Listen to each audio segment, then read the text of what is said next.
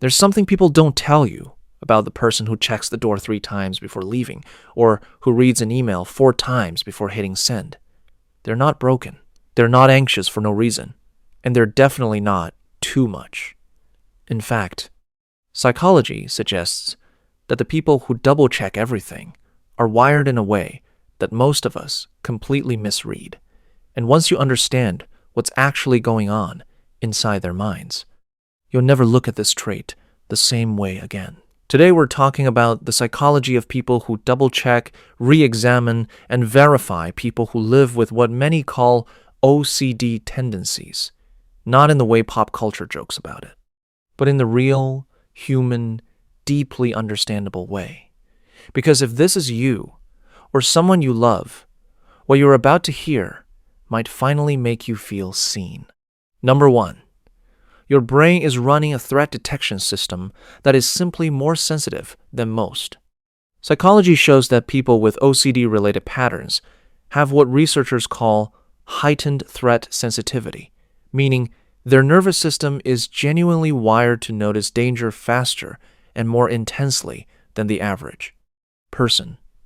This isn't a flaw in the software. It's an overdeveloped feature.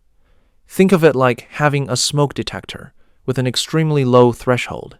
It goes off when there's actual smoke. It also goes off when someone burns toast.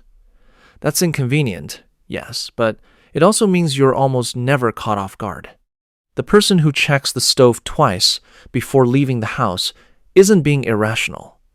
Their brain is doing exactly what a protective brain is supposed to do. It just turns the volume up louder than necessary. And there's something quietly powerful about a mind that refuses to let things slide through unnoticed. Number 2. Doubt isn't weakness. It's a form of deep responsibility. Research in cognitive psychology indicates that people prone to double-checking often score high on a trait called conscientiousness, one of the most reliable predictors of success, integrity, and trustworthiness in psychology's Big Five personality model. The internal experience of an OCD mind is often described as an inability to feel done. Not because they're careless, but because they care so much that certainty feels like a standard that must be earned, not assumed. Imagine handing a report to someone who skimmed it versus someone who read every line twice and still wondered if they missed something. The second person might have taken longer, but you'd trust them with the important work. That chronic sense of responsibility, while exhausting at times, is one of the rarest forms of dedication there is.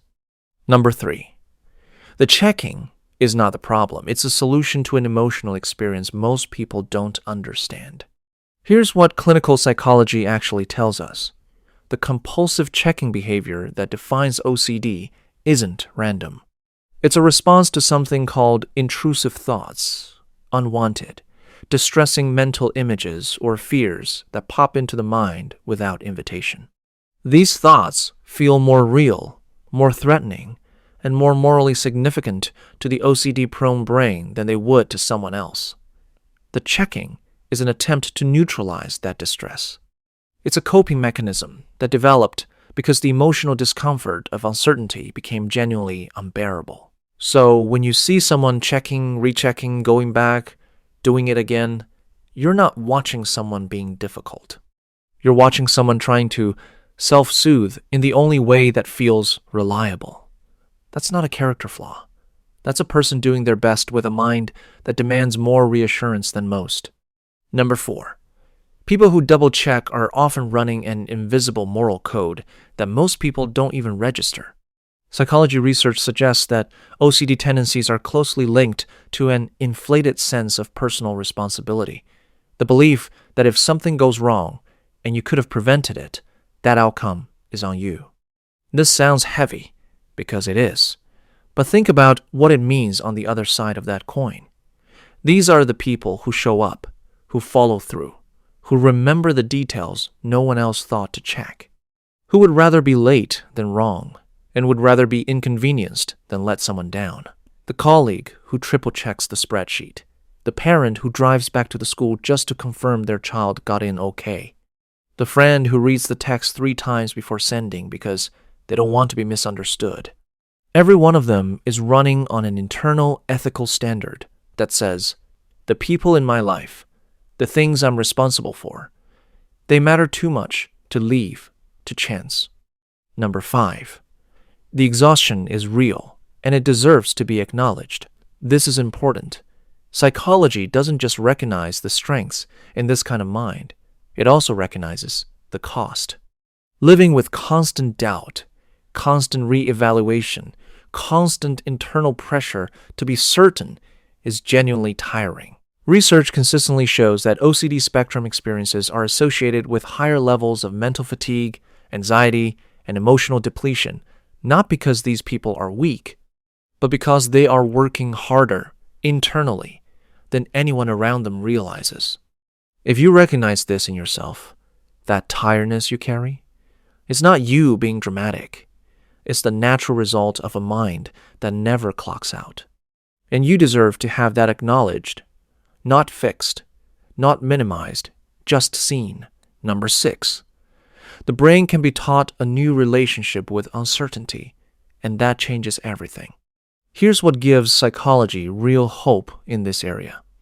Research into treatments like exposure and response prevention, considered the gold standard approach for OCD, shows that the brain is not stuck.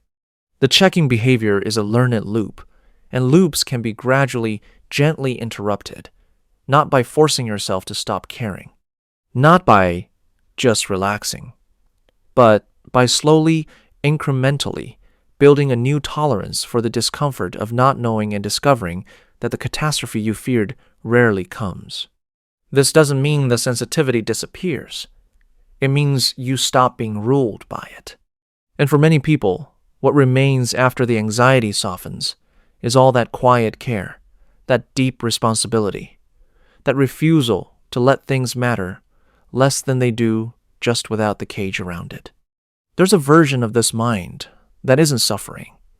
It's just careful, deliberate, deeply invested, and the world genuinely needs people like that. If you're someone who checks, revisits, rereads, and worries, you are not too much.